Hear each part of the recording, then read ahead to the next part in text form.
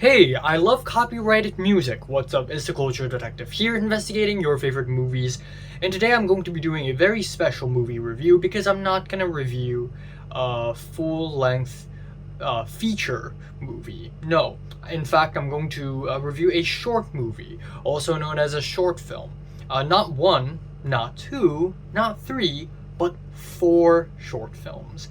Today I'm going to be talking about the new four short films by none other than legendary American director Wes Anderson, starting off with the wonderful story of Henry Sugar. So, after releasing Asteroid City earlier this year, it appears that Wes Anderson is not stopping. You cannot stop the guy. No, in fact, he has to come out with four short films, all released on Netflix in 4 days back to back to back to back. And it's pretty crazy because that's one feature and four short films all in 1 year. That is a lot, and it's crazy because only less than 2 years ago he released The French Dispatch. So the guy's been pumping out works, and it's awesome. Another thing is I really like when big directors make short films. It's like when a band decides to release B-sides to an album, and it's essentially an opportunity for the band to just fuck around and experiment and not really care about the big budget and the big heavy pre-production and post-production. I love short films. I think short films is a really cool playground. It's a really cool way for filmmakers to just go off and not care about anything, and Wes Anderson pretty much does that with four adaptations of four Roald Dahl shorts. And it's not the first time Wes Anderson has adapted anything from Roald Dahl. If you can recall correctly, Fantastic Mr. Fox by Wes Anderson is literally one of the best animated features of all times, in my opinion. And another amazing thing is that in my secondary school, in Form 2, aka 8th grade, we actually had to read the Henry Sugar book for our English lesson class. And so seeing it finally adapted and given the tasteful Wes Anderson treatment is awesome, actually. Now, the thing with these four short films is that they add up to about 91 minutes, so Wes Anderson could have just put all four of them together and call it a feature film. I mean, it's not like he's never done a film where it's just a bunch of short films slapped together. I mean, just look at French Dispatch.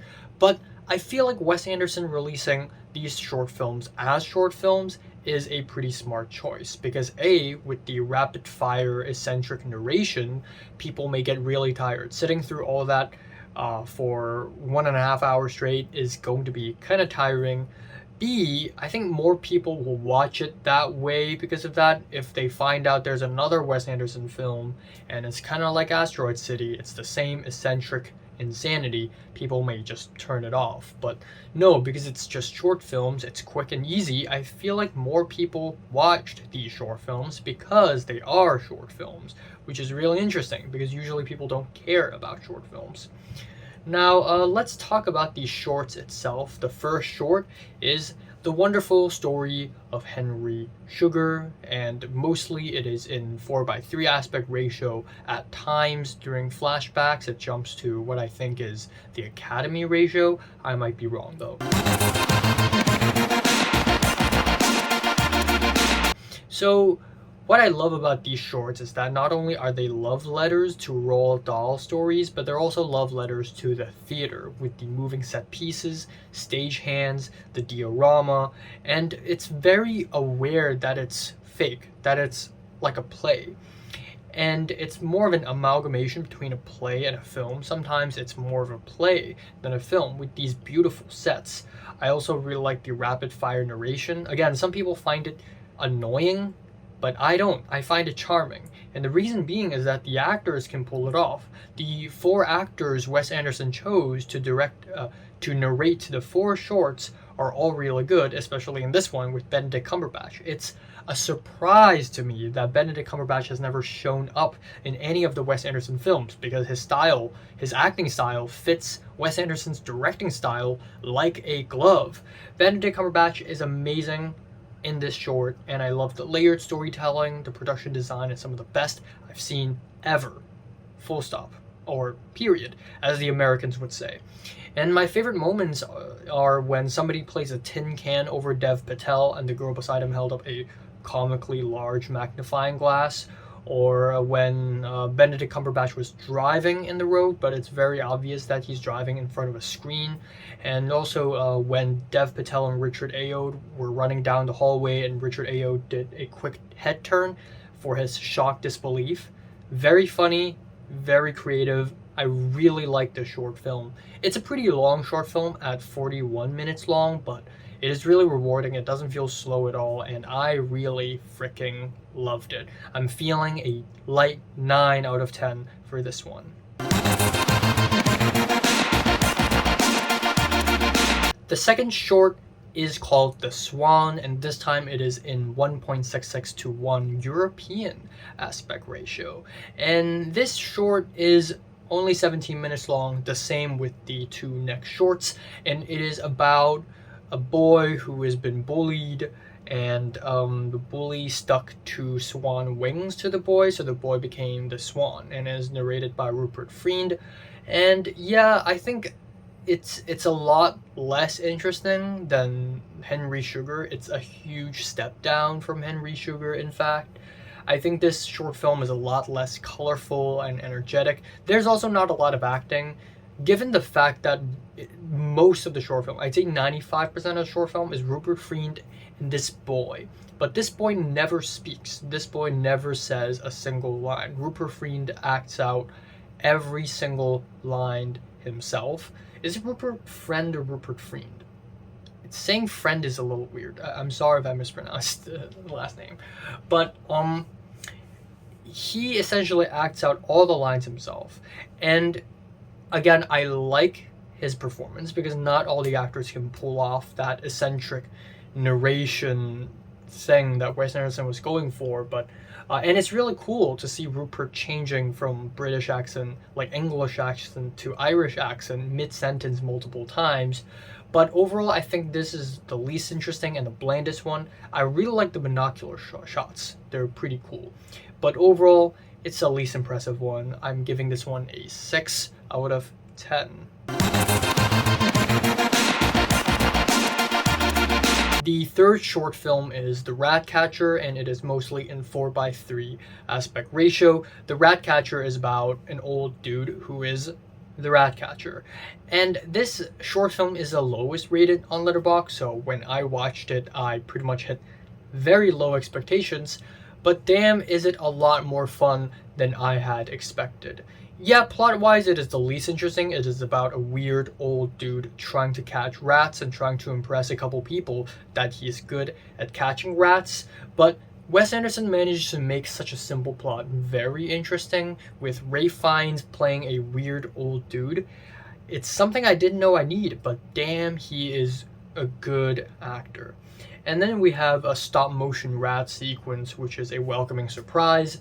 And my favorite scene in The Ratcatcher that genuinely made my eyes glow was when Rupert Friend had to fight Ralph Fiennes, but Rupert Friend played a rat midway through the play, and he had to put on fake teeth to pretend to be a rat, and then we get all this dramatic lighting and Dutch angles and fast editing, and it is something that I haven't seen Wes Anderson do a lot, and it came out of nowhere. It's suspenseful, it's hilarious, and Richard Ayoade is the narrator for this short, and he is just naturally hilarious. Even if he's not narrating, when he's looking at the camera, he's fucking funny. So The Ratcatcher is a pretty welcoming one. 7 out of 10.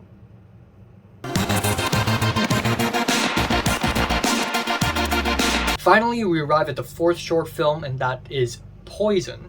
And Poison is a short film about Benedict Cumberbatch on a bed, can't move because there is a snake on his belly, and he's freaking out because he doesn't want the snake to bite him. So Dev Patel and Ben Kingsley rush over to his house to try to save him.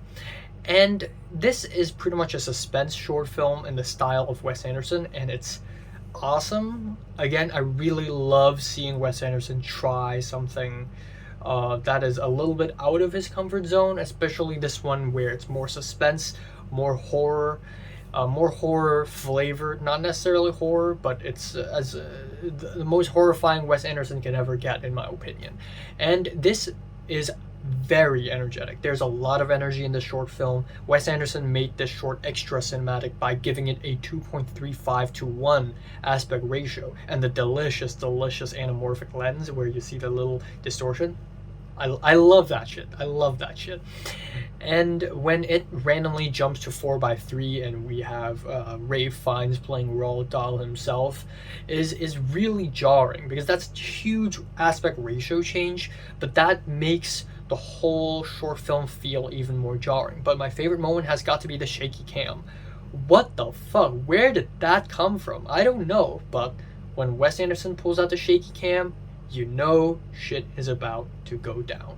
We even have flashing lights. It's really out of character for Wes Anderson, but it really worked. And it's awesome because this short film segues to something more dramatic and more suspense related for Wes Anderson, because rumors have it that Wes Anderson's next film is going to be way more serious and dramatic than a lot of his past work. So this short is a great segue to that, and I think this is a really good short film to end on. I'm giving this one a decent 8 out of 10. So have you watched these 4 Wes Anderson shorts? Comments below, let me know, subscribe if you want more, and thanks for watching.